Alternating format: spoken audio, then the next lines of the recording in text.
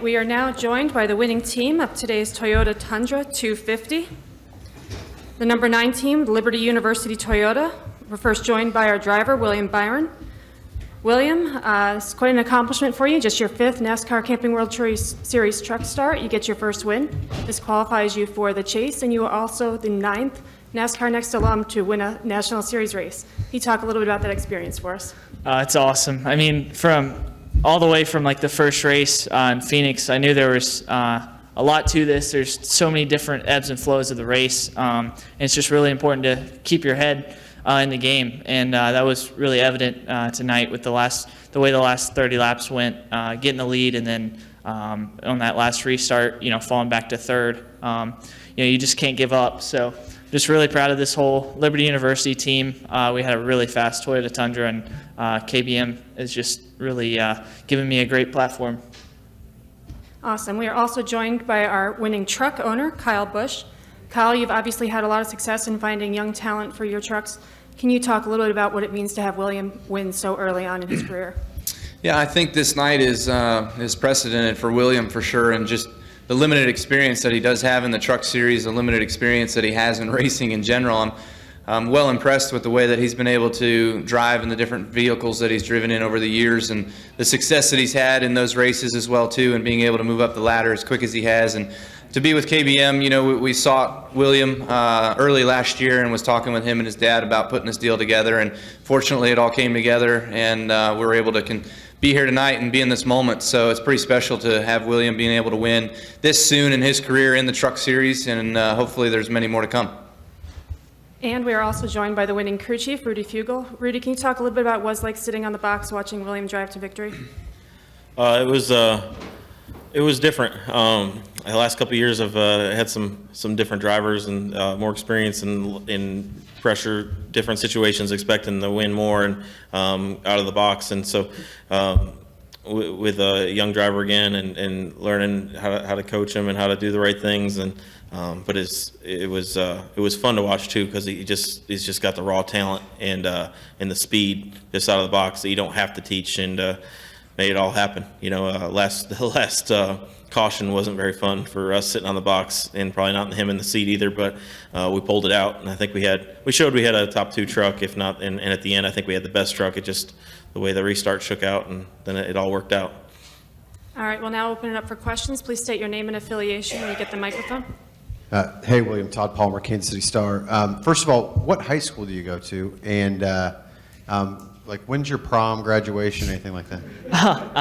My graduation's May 27th, and actually an off weekend, so pretty fortunate with that. Get to enjoy that. And my prom I was racing that weekend, so I was racing in Nashville. I think it was like April 8th or something. So, it's a good balance between going to school and being a completely normal kid, and people have really no idea like what's going on when we get to the racetrack, and that's the cool part. Is I just like to kind of do my business at school and keep my grades up, and then get to the racetrack and enjoy myself. We'll stay here in the front. Country Day in Charlotte. Sean Roney, Dos Mudos newspaper here in Kansas City.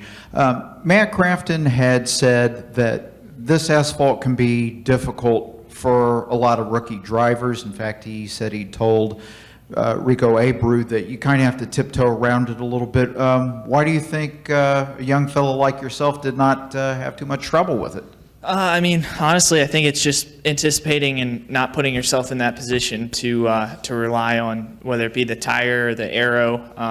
I think you're always going to have a position where you don't feel comfortable, but I still have a lot to learn there. But I think just learning from Kyle, learning from the tapes that I get at KBM, learning not to put myself in those positions. Any additional questions for winning team? We'll go back there to Chris, and we'll come back up front to Todd. Chris Knight, KidTrends.com. Congratulations, you guys, on the win tonight. I believe you were in a truck that Eric Jones dominated and almost won with last year here at Kansas Speedway. How do you feel about being in the chase, and how do you feel about overall the 1.5 mile performances for the team looking forward, knowing that you guys run so strong here tonight? Yeah, I mean, to have the team that I do with Rudy Fugel and all the guys from last year that had such good success is really a good confidence builder for me. And honestly, when I'm out there on these mile and a halves, I only did a quarter of a race at Atlanta, and now I have a full race under my belt. But it's a lot of fun, and there's times when you can't really do anything, but there's also times when I've just learned to make the most of every little bit. So that's what Kyle preaches to me, and that's what Rudy tells me about, is just maximizing everything. Hey, William, Todd Palmer again. Take me through when you basically checked out on the field after that restart with about 30 laps to go or whatever it was. And then when they stacked the field back up, what did Johnny do, and how nervous were you for that green-white checkered? And then at what point did you realize the chaos that was going on coming out of turn 4 and that you were going to get this win? Honestly, when the restart happened, I saw Christopher pulling me, and I was banging through the gears as much as I could, and I just didn't have the run or the push. And I saw those guys stacking up on the bottom, and I was frustrated, and I was just, I was squeezing everybody as much as I could to get side draft. And, Christopher thankfully did a really good job of hanging on to it, because I was really tight on him and just trying to stay in the groove. And then when we got to the final corner, I wasn't going to give up, and I started to see him go for that move, and I was like, man, I don't know if Sauter's going to be able to save it. So I just tried to plan to miss him, and it just worked out.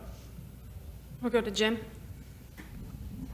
JimMotorMotorsport.com. While you were celebrating, I noticed Kelly Earnhardt tweeted congratulations to you. You've been part of 2 successful organizations early in your career. Can you just talk about what those opportunities have meant for you, and does it seem sort of surreal, the amount of success you've enjoyed in a relatively short amount of time as being a regular race car driver? Yeah, to be with 2 great race teams in KBM and Junior Motorsports in the past, with just learning from those guys, whether it be L.W. Miller, Dale himself came to a couple races, and or Kelly, just learning how to fit in and how to compose yourself. And then the stuff inside the race car is ultimately up to you. So it's really just out of the race car, learning how they do things and how they go about it. And it's been so cool to drive for people that I used to just be race fans of, because I was 6 or 7 years old. I'm sure a lot of people watched races, but I didn't ever really imagine being in a race car. So it's to be actually with those guys now is really cool. Kyle, Todd Palmer, Kansas City Star. It took you 3 races to win a trucks race here, so you a little jealous? I wouldn't say I'm jealous. This is win number 1, and I think I'm to 160 now, so he's got a long ways ahead of him. But certainly it's fun to watch. It's fun to see these younger guys like Eric Jones, like Bubba Wallace, like William Byron, Christopher Bell, the guys that have been successful in our truck program coming up through the years. So definitely looking forward to many more days like this that I'm able to sit on the sidelines and watch and let them go out there and do all the hard work and yet reap the benefits of it afterwards. We'll go to Chris and then Lee.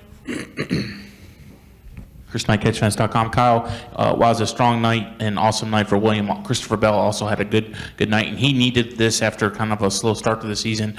Can you talk about how impressed you were with his performance tonight?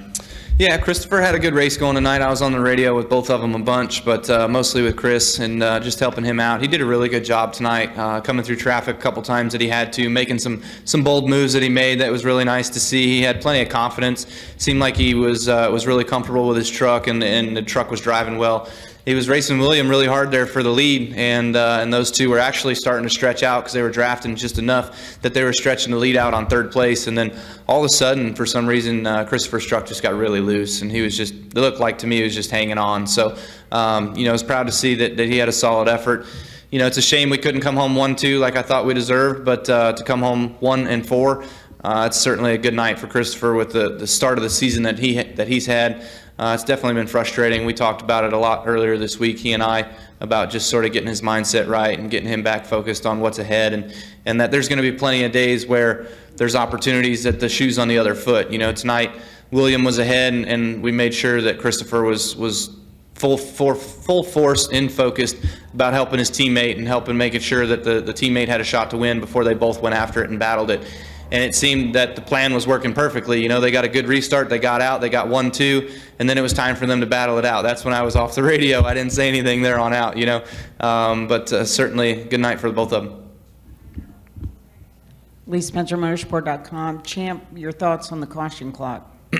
I mean, it's early in the season. I think we saw it a couple times tonight. It played in.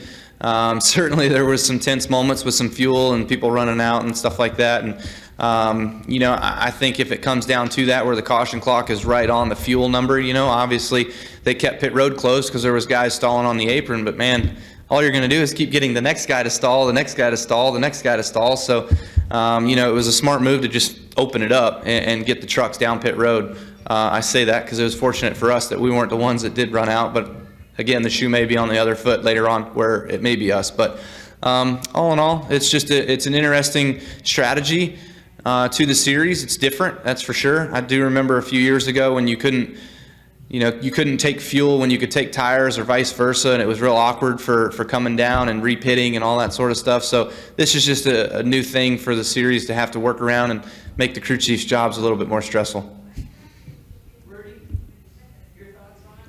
It's okay. I mean, it's just different. You know, it's between our engineers and myself, we kind of got an idea of what's going to happen before the, you know, when we go green. You know, whether we're going to be close or not, and it just affects strategy. I mean, it's interesting. I think it makes for a decent show, so it's okay. All right, well, thank you guys for joining us tonight. Congratulations on the win, and good luck Thank you. tomorrow, Kyle. Thank you.